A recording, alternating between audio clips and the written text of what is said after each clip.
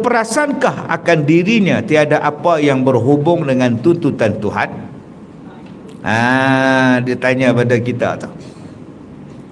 Kamu ni macam tak rasa apa-apa kah? Yang satu hari nanti kamu akan balik pada Tuhan. Tak rasa kah? Satu hari nak mati, satu hari nak menghadap soalan dalam kubur, satu hari nanti kamu akan dibangkitkan semula, ataupun satu hari yang kamu buat benda yang jahat ini Allah Ta'ala balas ketika hidup dalam dunia lagi. Kamu tak rasa ke nak sampai benda tu?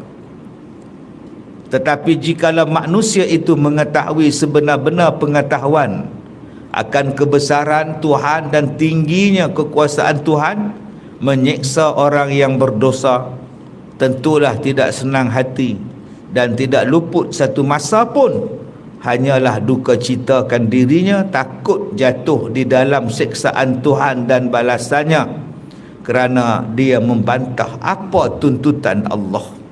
Sepatutnya ingat macam itu. Ingat macam itu. Ini ingat lari cukai.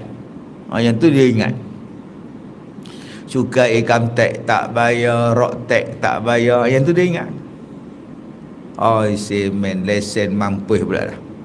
Hak dunia ni dia ingat sangat-sangat. Allah terlepas pula tengok 5. Tak boleh tengok 5, tengok 6. Dunia pun salah. Kita ni dia suka jadi macam tu. Dia tak teringat hak Tuhan. Yang Tuhan, hak ganjaran Tuhan tu lagi besar. Tapi kita duk nampak hak ganjaran manusia. Lantaklah orang, tak ada nilai pun. Apa pangkat yang kamu dapat? Tiang seri ke? Apa bala seri ke? Biar api lah. Nak kata apa? Nak kata apa? Bukan kita punya. Kalau hak dalam dunia kita tak boleh kata apa. Apatah lagi yang Tuhan punya. Dia nak buat apa pun, Allahu Akbar.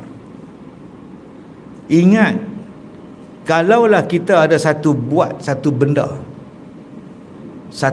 yang kita buat, kalau kita ingat ada balasan yang ikut kita, cuma balasan tu belum sampai lagi. Bila nak sampai tak tahu. Tak tahu bila nak sampai. Hanya yang tahu Allah. Jadi sebelum sampai je benda hak balasan atas benda yang kita buat, Allah tak sampaikan lagi, taubatlah. Mudah-mudahan Allah ampunkan kita. Duk tunggu masa je ni. Di dunia ni kok boleh elak-elak. Nunduk dalam kubur nak elak mana? Ingat, kalau gitu hidup kita senang ya. Jangan bantah perintah Allah. Simple je hidup. Buat sahaja apa yang Allah suruh. Dah tak payah pening kepala. Yang pening kepala ni kita yang reka. Kemudian kita menyesal.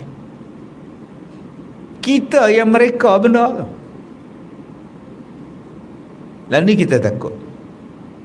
Kita yang bina kilang arak. Cuba kita jangan bina kilang arak. Dah bina dah, arahkan tutup.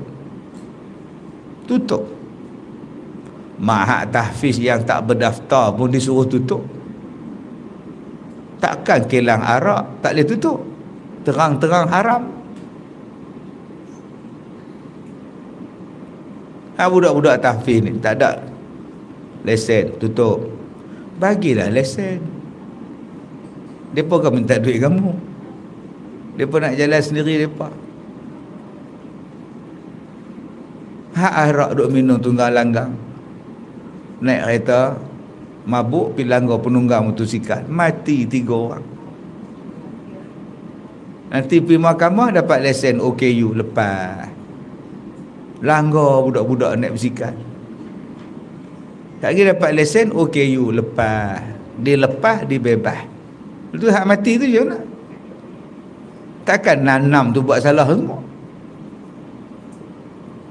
Arak tu belum masuk lagi judi. Judi ni dia berada di atas gunung yang paling tinggi. Masjid pun di bawah, hak judi di atas. Tuan-tuan perasan tak? Tak adakah cadangan nak tutup kasino tu? Terus tutup, terus buka. Masjid kita hak gah-gah di bawah ni, tunduk di bawah judi yang di atas bukit. Patut yang itulah yang dilawan, bukannya doa kunut. Ini bila buat ceramah, kunut salah, talqin salah, sebut kalimah Allah pun salah, sebut Sayyidina salah, tak boleh sebut Sayyidina Muhammad. Asmaul Husna pun tak betul. Siapa yang susun nama-nama Asmaul Husna salah juga. Sifat 20 salah, pi kubur salah. Salah semua. Hak judi tadi ni tak pernah nak kata tutup, haram. Istimewa sekali. Saya ada jaga supaya bermain judi dengan khusyuk dan tawaduk. Jadi tuan-tuan, baliklah kepada Allah. Memang Allah akan selamatkan kita. Allah tengok je kita ni. Tapi ingat, satu masa sekali dia bagi. Maka kalau orang tu ingat kepada Allah, takut kepada Allah, yang haram dia kata haram, yang halal dia kata halal. Orang tanya pada saya tentang apa hukum ziarah kubur. Saya tanya, apa sebab pergi kubur? Kalau pergi kubur tikam nombor ekor, sudah pasti ianya haram. Kalau pergi kubur baca Yasin, tak ada masalah. Pergi kubur buat tahlil, tak ada masalah. Bersihkan kubur, memang disuruh ziarah. Kubur siapa? Kubur mak, kubur bapa, pergilah. Kubur tok wali, kubur tok alim, kubur ulama, kubur sahabat, silakan. Kalau pergi kubur macam tu salah. Padahal mereka itu waktu hidupnya orang baik-baik. Macam mana pula kita menziarah kubur orang yang waktu hidup dia jahat? Kenapa tak kata haram? Kenapa Pak Mat? Letih. Baru balik dari mana? Mesir, Melancong. Pergi ke mana? Makam Firaun. Saya melawat piramid. Kenapa tak kata dekat Pak Ahmad haram melawat piramid? Firaun tu jahat. Kubur tu nama dia piramid. Ia melawat piramid boleh. Pi tengok mayat Firaun boleh dalam museum. Pi ziarah kubur Tok Guru tak boleh, pasal apa? Faham apa Haji? Dalam Quran Allah Ta'ala sebut berkali-kali tentang menziarah, melawat, berjalan kepada tempat orang-orang yang dibinasakan. Umpamanya dalam surah Muhammad, umpamanya di dalam surah Al-A'raf, Allah Ta'ala kata fasiru fil ard, berjalanlah kamu di muka bumi, fanzuru kaifa kana aqibatul mufsidin, fanzuru alladzina min qablihim. Ada ayat yang Allah Ta'ala kata dammarallahu alaihim, mereka itu telah dihancurkan Allah sehancur-hancurnya. Dan Allah kata pergi tengok. Kalau orang yang dihancurkan Allah pun Allah suruh pergi tengok, kenapa kita tak boleh ziarah kubur orang yang menghidupkan hati? Ulama-ulama, kubur para siddiqin, kubur para syuhada, para makam Nabi, mereka ni orang yang menghidupkan mati, hati-hati orang yang mati ni, menghidupkan hati orang yang mati. Kalau kita pergi ziarah orang yang dilaknat Allah pun Allah kata pi tengok. Tengok umat Nabi Lut, tengok Sodom lagu mana. Ni kita tak pergi Pompei lagi ni. Bila nak pergi Pompei kat Song?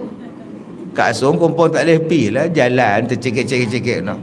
Mai ke Pompei tinggal di sana. Tengok macam mana orang Pompei. Jahat orang Pompei ni. Jantan dengan jantan balon, orang tua dengan budak-budak dia balon, mati tengah balon, mati. Sampai sekarang mayat duk elok ke? Jadi batu mayat. Itu pun pergi tengok. Allah kata, apa jadi pada orang? Malah ada yang suruh pergi tengok kerajaan yang besar-besar. Kanu asyadda minhum quwwah. Mereka itu lebih kuat daripada kamu. Malah mereka itu lebih ramai daripada kamu. Malah mereka itu memakmurkan dunia lebih daripada kamu. Aku hancurkan. Jadi kalau tempat yang macam tu pun disuruh pergi, takkan tak boleh pergi kubur ulama? Pergi lah. Itu jadi pertikaian sekarang, menziarahi kubur. Dipanggil pula kuburiyun. Yang sejelas-jelas haram kita tak cakap. Yang khilafiyah kita cakap. Yang sejelas-jelas haram tu, judi, arak, haram tu. Bercampur lelaki perempuan pi konsert, haram tu. Cakaplah benda yang haram tak? Pi cakap benda khilafiyah. Qunut tak boleh. Doa lepas sembahyang tak boleh. Buat talqin tak boleh. Jadi akhirnya kita bercakap benda yang tak selesai-selesai. Padahal benda yang disuruh cakap haram di banteras, yang tu pula tak dicakapnya.